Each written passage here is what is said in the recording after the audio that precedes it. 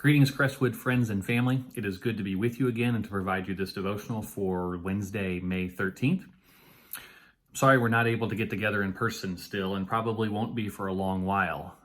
But I want you to know that my commitment is to your health and to your safety and to the integrity of our worship experience. So as soon as we feel safe coming back together again, I promise you we will do that. But until then, we're going to continue to connect in these virtual ways, and we hope that this is helpful for you to spend this time together with us.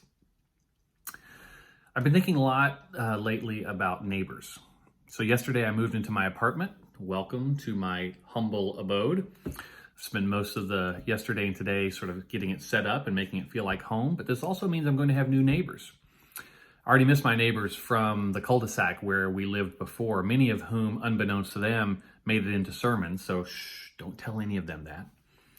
You know, the quality of your neighbors can have a huge influence on the quality of your life. I'm already looking forward to meeting my new neighbors and to hopefully being a good neighbor to them. But I feel like the concept of being a good neighbor is eroding in our world today. When it might be a good neighbor to the person who lives next to us or the person who's like us, but when we go by Jesus' definition of a neighbor, I think we're falling woefully short. Jesus uses the parable of the Good Samaritan to make the point that a good neighbor is someone who's willing to sacrifice their own time, their own resources, their own freedom in order to serve someone else who is vulnerable or who is in need. In the parable, the Samaritan stops to help the beaten man, giving up his own time and energy and money to make sure the vulnerable person is taken care of. Well, we're in a time where we are surrounded by vulnerable people susceptible to catching the virus and getting sick. And in order to care for them, in order to look out for them, we have to be willing to give up some of our own freedoms and resources.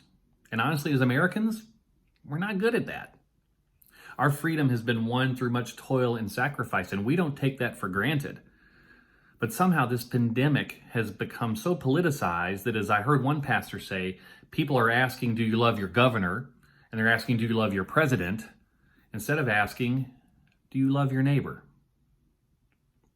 I can't remember a place in Scripture where Jesus encourages us to look out for ourselves first, to make sure that we protect our own rights over and against the well-being of others. But I can think of a lot of places in the Bible that encourage sacrifice for the greater good. Do unto others as you would have them do unto you. No greater love has a person than this, than they would lay down their lives for their friends. And then there's the end of the Good Samaritan parable when Jesus asked, which one of these was the neighbor? And the answer was, he who showed mercy on the other person. Mercy, grace, understanding.